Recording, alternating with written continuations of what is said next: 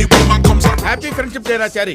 ఊరుకోండి గురుగారు, నేను మీకు ఫ్రెండ్ ఏమిటి విడ్డూరం కాకపోతే నువ్వు. ఇందులో విడ్డూరం ఉందిరా, ఫ్రెండ్షిప్ కి ఏజ్ లిమిట్ ఏం లేదే. ఇది చెప్పడానికా అంత అర్జెంట్ గా రమ్మన్నారు? కాదురా, ఎన్నాళ్ళ నుంచో నీ దగ్గర ఓ విషయం దాచాను. గొప్ప తీసి మీరు బ్రాహ్మణులు గారా ఏమిటి? ఆ పాత బస్తీ సలీం గారితో హలీం గురించి డిస్కస్ చేసినప్పుడే నాకు అనుమానం వచ్చింది సుమి. బా ఆపరా నీ అప్రాచ్య పరిమాణాలు నువ్వును.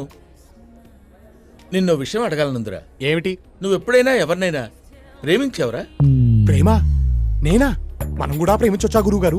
ఏ మనం ఎందుకు ప్రేమించకూడదు? అంటే చరిత్ర చూసుకుంటే సలీము అనార్కలి, రోమియో జూలియట్, ఐలా మజ్ను ఎంతసేపు వాళ్లే ఉన్నారు గాని మన వాళ్ళు ప్రేమించినట్టు ఎక్కడా దాఖలాలు లేవే. చరిత్రదే ఉందిరా, చింపేస్తే చిరిగిపోతుంది. కానీ ప్రేమలా కాదురా. ప్రేమ ప్రేమ ప్రేమ అంటున్నారు, కొంపదీసి మీరేమైనా ఏమిటి సిగ్గుపడుతున్నారా?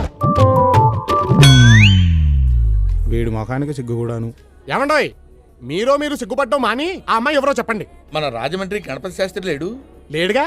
పోయిన పుష్కరాలకి మనిషిగా మునిగి శవంగా తేలాటగా. ఆ శవానికి పిండం పెడుతూనే వాళ్ళ పెద్దమ్మాయి శశికళకి బీటేశా. ఏమిటి మంత్రాలు చదువుతున్నా?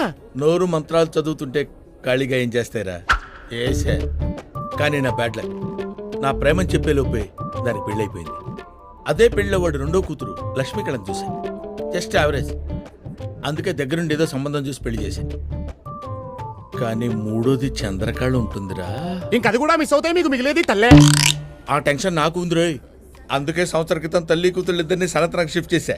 ఒరేయ్, చంద్రకళకి నిన్ను పరిచయం చేస్తాను. నా గురించి నేను చెప్పుకునే విషయాలు నువ్వు కొంచెం గట్టిగా చెప్పాలరా. అమ్మాయిని చూపించండి గురుగారు, అల్లుకుపోతాను. ఆ పని మాత్రం చేయకురోయ్. పెళ్లిలో మంత్రాలు సాయం చేసినట్టు ప్రేమలో మాట సాయం చేయరా, అంతే.